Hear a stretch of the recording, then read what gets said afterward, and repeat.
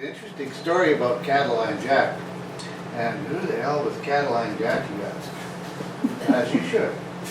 Because he's little known, and he's a character, and he just happened to be going through this area about 1858 or 9.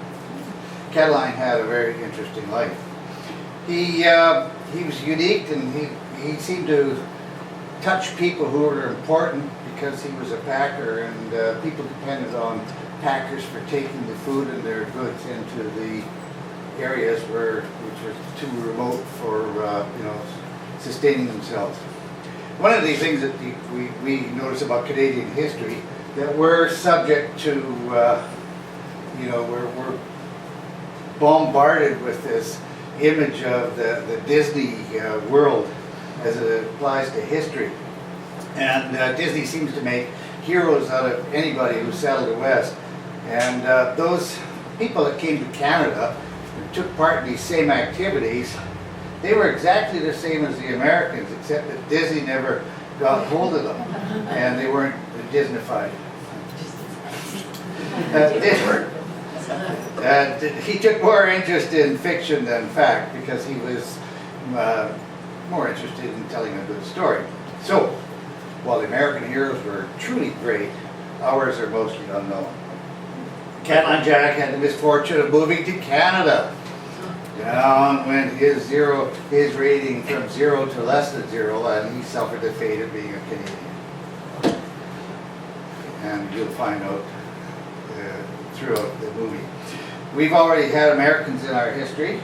I mean, they've been here since day one.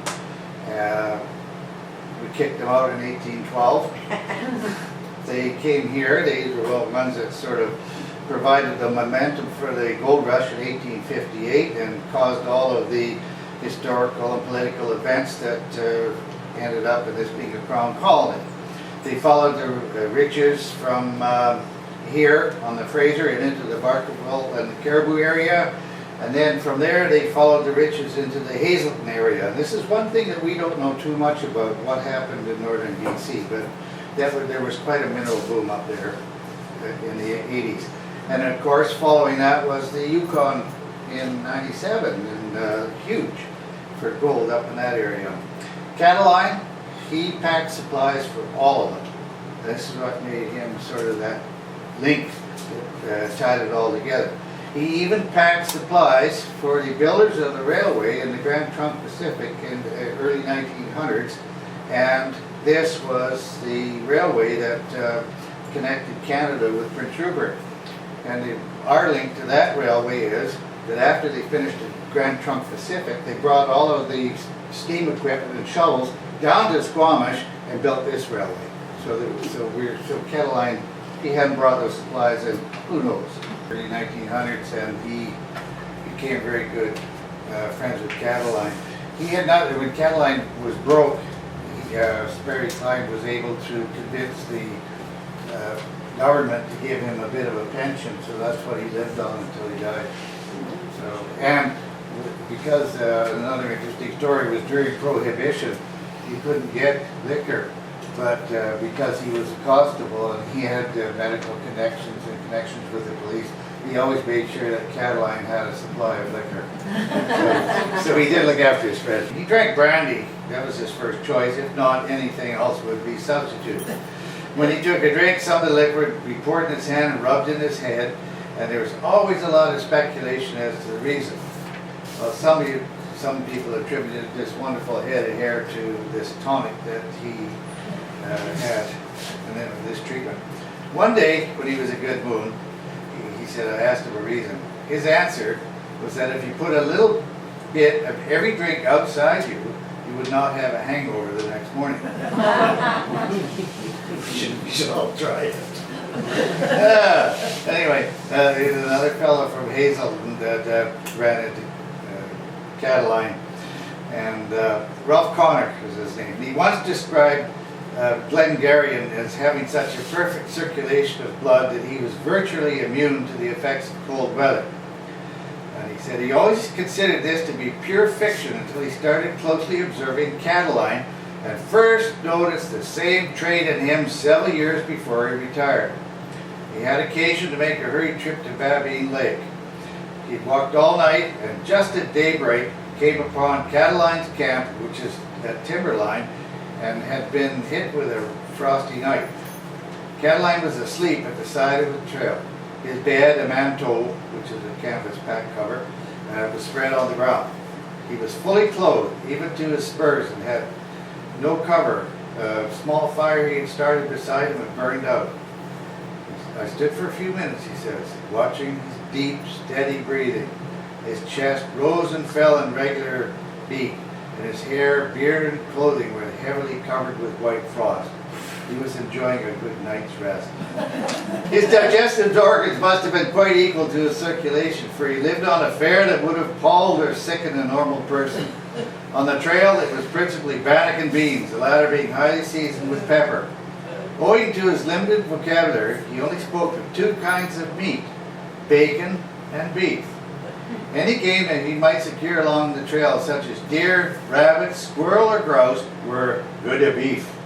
Any and all kinds of prepared or cured meats were bacon.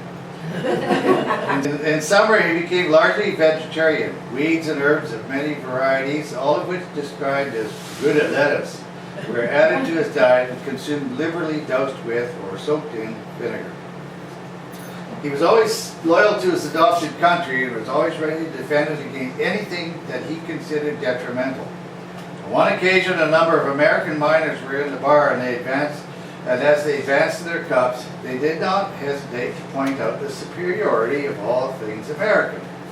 Cataline became incensed and brought his fist down on the bar with a resounding whack that made all the glasses in the near vicinity jump. Faced the crowd, and in no uncertain tone declared, "This a country for Canada, boy, not for America, boy." The subject was changed, and harmony was restored. So, why do we have an interest in Cataline? Well, he was rumored to have come up this Douglas Trail through here after it was built. Not much is known about his interest here, or how long he stayed, or how many trips he made. There was even a tale about how he brought the camels through here on their way to the interior. We remember him because 8 kilometers on the north side of Lillooet Lake, a small creek was named after him. In a way, the creek is appropriate. It's brash and known for going out of control. Most of the time, it's well behaved and not even noticeable. It's in the middle of Lillooet Lake Estates and frequently shuts the road down with a rock and mudslide. But the Forest Service can't get the name right and insists on calling it Catalina Creek. Even they get things wrong sometimes. So that's his remembrance of this country. He his claim to fame came after he left and based himself out of Ashcroft and started hauling up freight into the interiors. Anyway, it's kind of an interesting little excerpt. It's a departure from our normal history, and it was our pleasure to read for you. I hope you enjoy it.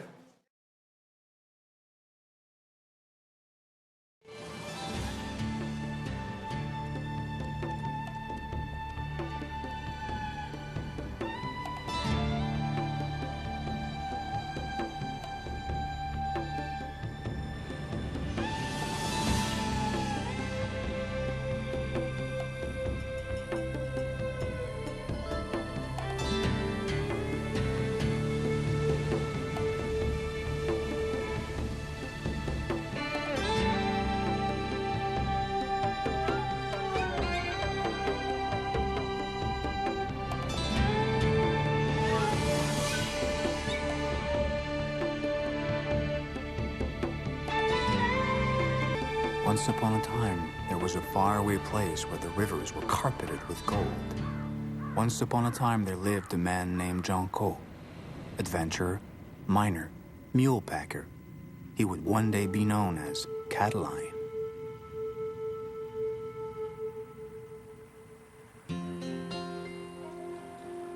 For more than 50 years, his legend echoed along the steep trails, marched to the rhythm of hoofbeats, and relaxed to the sound of a violin.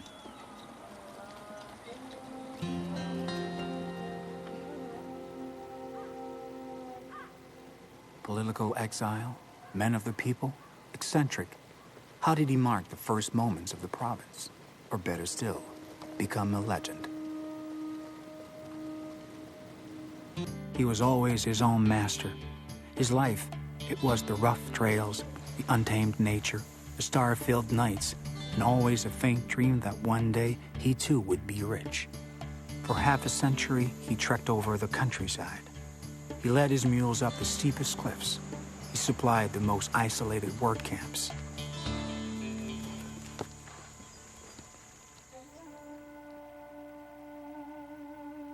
But more than his exploits as a packer, it is his reputation as a kind man with a full heart, his honesty, and his respect for others that has given life to the legend of Cataline.